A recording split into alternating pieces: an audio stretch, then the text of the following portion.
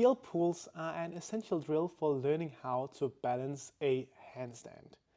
When standing on our hands, the main way we want to be creating balance is through pushing the fingertips into the floor and varying the pressure that we are doing this with. And exactly this ability of balancing by pushing the fingertips into the floor is what we are very specifically wanting to train when we do the heel pulls. The slight downside to heel pulls is that the positioning with the back towards the wall can reinforce arching if that is a habit that you are prone to. Unless it's very excessive, it's not a big problem though, and it is something we can minimize over time in the exercise. However, it can make a lot of sense to not worry too much about your positioning in the beginning and just focus on learning how to actually balance the position. And once that starts to become more solid, then we can start obsessing more about the line. We'll be working from the wall. Now, when setting up, a good approximation for where you want your hands to be is about an underarm's length away from the wall.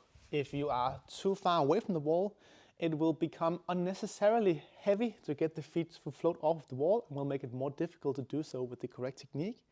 Whereas if you are too close to the wall, it will make the corrections that need to happen have to be even more precise, which will also make it more difficult than it needs to be when starting out. So there is a golden middle way, which for most people is about an underarm's length, but feel free to experiment a little bit. You have some wiggle room to find the position that feels the best for you.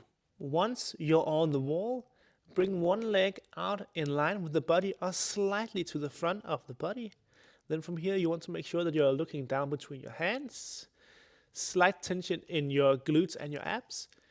Elevate your shoulders, think shoulders to ears. And from this position, your main focus now is going to be on pushing your fingertips into the floor. And if you manage to get a good feel for this pressure and actually push hard enough from the fingertips, you will feel the foot on the wall become lighter. And eventually, if you push hard enough through the fingertips, you'll be able to make the foot on the wall float off of the wall. The initial cues you can think of as sort of a checklist.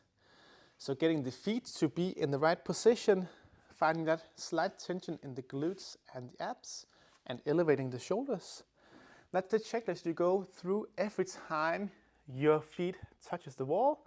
Once you've gone through that checklist, then you switch your entire focus to the pressure from the fingertips.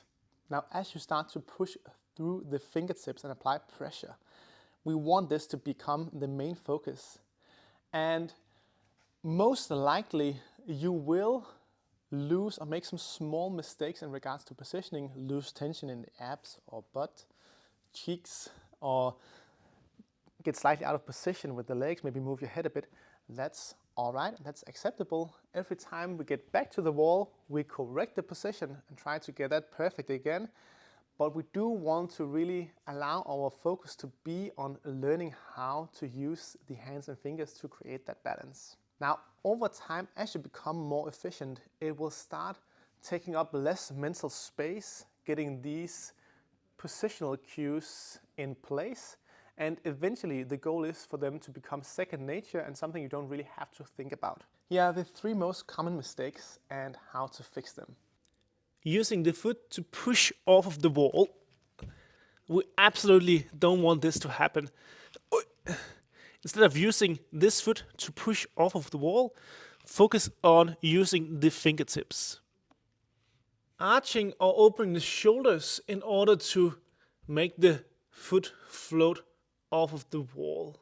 Again, what we're looking to train is the ability to use the pressure through the fingertips to control the balance. And this will allow you to cheat your way away from having to do this.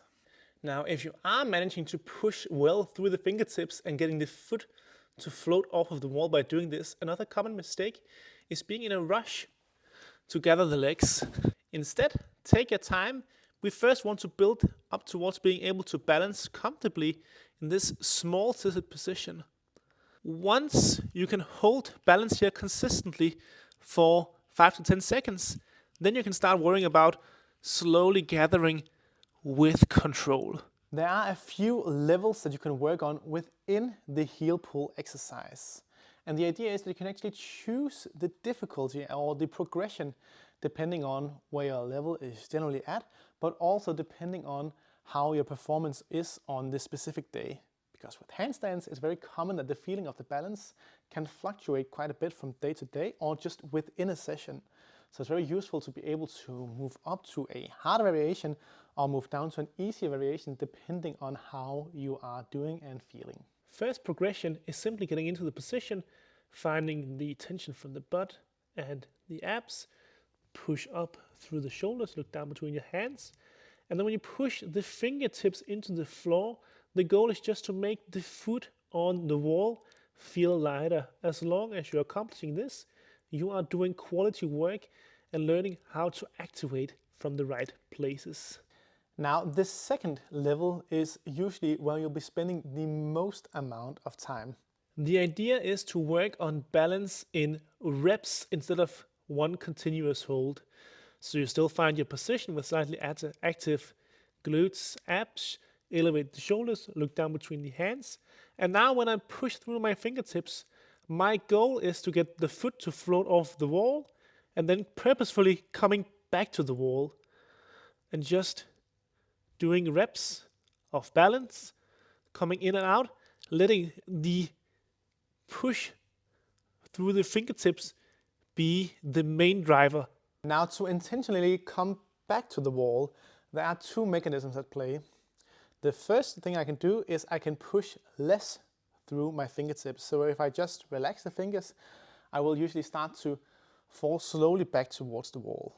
We don't want to relax the fingers so much that we kind of crash into the wall, but just adjust the pressure enough for you to lower with control back onto the wall.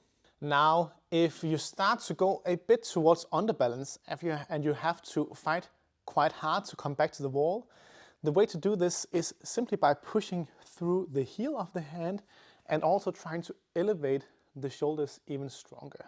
It can be hard to find this correction in the early stages, but just know that if you get to a point where it's hard to come back to the wall, this is the feeling that you are fighting for, and you want to build a habit of trying to see if you can push through the heel of the hand in these cases. So basically, we're working on being able to correct the body in both directions. Now, when you first start, these reps might be quite small and somewhat hectic.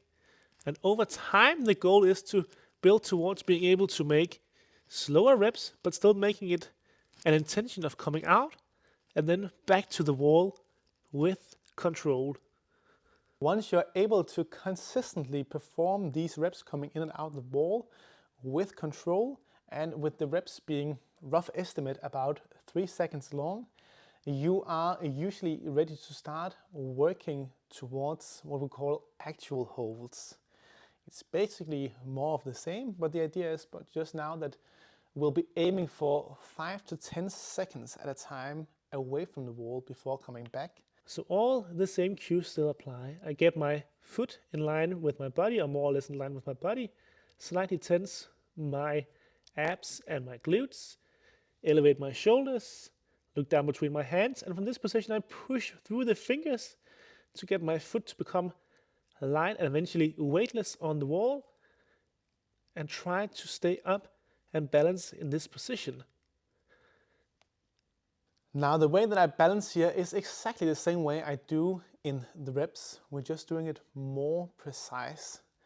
Every time I feel like I'm falling back towards the wall, I try to push harder from my fingers until I come back into a position of balance. If I feel like I'm falling towards my stomach side, first line of defense is to ease off on the finger pressure and then try to push through the heel of the hand and elevate harder from the shoulders.